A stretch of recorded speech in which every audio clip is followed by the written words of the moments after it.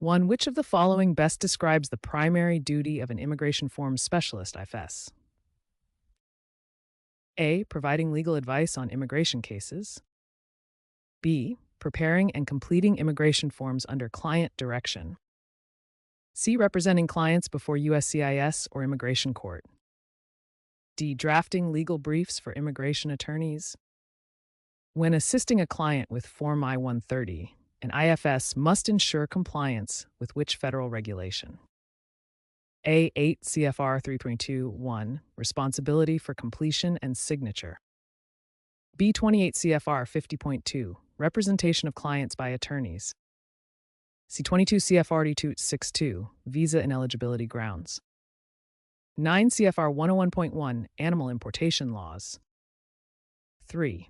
An IFS educator designing a training curriculum for new specialists should prioritize which adult learning principle? A. Lecture-based delivery for information retention. B. Experiential learning through form completion scenarios. C. Emphasis on rote memorization. D. Passive observation of immigration interviews. 4. A client requests help completing Form N-400, but also asks about possible deportation defenses. What should the IFS do? A. Provide advice on deportation law. B. Refer the client to a licensed immigration attorney. C. Offer a personal opinion on best defense options. D. Proceed with form assistance as requested. 5. Which of the following actions would be considered unauthorized practice of law, UPL? A. Explaining what information a form asks for. B. Providing instructions from USCIS guides. C. Advising which immigration relief the client should pursue. D. Assisting in translating client information. 6. To effectively mentor a new IFS, a senior specialist should A. Allow them to work independently immediately.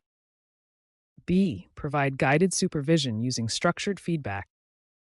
C. Correct their work without discussion. D. Assign all complex cases to them for experience. 7. When conducting an evaluation of an IFS training program, which method best measures competency? A. Participant satisfaction survey only. B. Practical demonstration of form accuracy and compliance. C. Pre-course reading test. D. Multiple choice exam only. 8. During client communication, confidentiality under professional ethics requires that the IFS A. Shares client details only with coworkers. B. Discloses information only with client consent or legal requirement. C. Shares with family members for clarity. D. Uses client data in marketing materials. 9. Which form is used to adjust status to permanent resident? A. Form I-485. B. Form I-864. C. Form I-751. D. Form I-589. 10.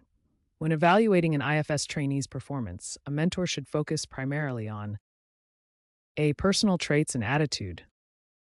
B. Procedural accuracy and compliance with USCIS standards. C. Number of clients served. D. Length of time spent per form. 11. The adult learning theory, andragogy, emphasizes that adult learners A. Require high levels of external motivation. B. Learn best when material is relevant to their experience.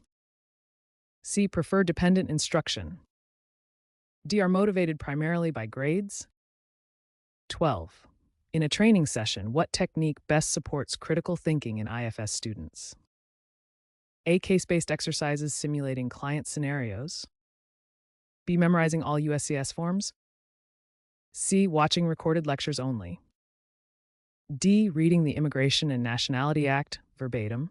13. Which form is used to request work authorization?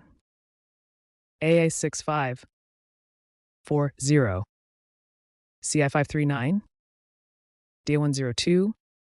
14. The best evaluation method for verifying comprehension of I-130 procedures is A. True-false quiz. B. Simulation-based form completion test. Oral recitation. D. Peer grading. Under USCIS ethical expectations, an IFS must avoid A. Charging reasonable fees for document preparation. B. Guaranteeing immigration outcomes. C. Using USCIS-approved form templates. D. Operating under supervision of an attorney. 16. Which communication strategy ensures understanding when a client has limited English proficiency? Using certified interpreters and translated USCIS materials. B. Relying on a friend to interpret. C. Simplifying form content personally. D. Asking the client to guess answers. 17. When revising a training curriculum for IFS certification, which step demonstrates regulatory compliance? A. Including content based on USCIS policy manual updates. Creating original forms for practice use. C. Omitting complex forms for simplicity. D. Ignoring regulatory changes. 18. Which adult learning strategy enhances retention in IFS instruction? A. Repetition without context. B. Immediate practical application after theory. C. Exclusive lecture sessions. Daily testing only. 19. An IFS who submits false client data knowingly has violated A. Federal fraud statutes and professional ethics. Only USCIS-style guidelines. C. Local business registration rules. D. Continuing education policies. 20. A mentor evaluating a trainee's interview technique should assess A. Accuracy, professionalism, and active listening. B. How fast the interview is completed. C. The number of questions asked. D. The trainee's memorization of procedures. 21. The best form of feedback for adult learners is A. Timely, constructive, and behavior-specific feedback. B. Generic praise or criticism. C. Written exams only. D. Annual review summaries. 22. Which USCIS form is used to remove conditions on residence for marriage-based green cards? A1, BI 1308, 2-1, 6-4, 23. To maintain compliance, all IFS professionals must ensure that A. Clients sign all forms personally before submission. B. IFS signs on behalf of the client for convenience. C. Clients provide verbal consent only. D. Forms can be filed unsigned. 24. What is the correct ethical approach if a trainee accidentally advises a client on visa eligibility? A. Document the event and provide corrective education immediately. B. Ignore it as minor error. C. Terminate the trainee. D. Let the client proceed without clarification. 25. A core communication skill for IFS professionals includes A. Active listening and summarizing client statements for accuracy. B. Dominating the conversation to show expertise. C. Asking yes/no questions only. D. Avoiding clarifying questions. In adult education for IFS certification, evaluation should focus on A. Application of knowledge, not memorization. B. Quantity of forms completed. C. Time spent in sessions. D. Attendance record only. 27. Which form is used for immigrant petition by a U.S. employer? A. 0. CIS 5. CIF 89. 6-4. 28. A properly designed IFS training curriculum includes which three key components? A. Objectives, instructional strategies, and assessment methods. B. Forms list, attendance sheet, and instructor biography. C. Handouts only. Testing only. 29. Which adult learning strategy best supports learners with prior experience?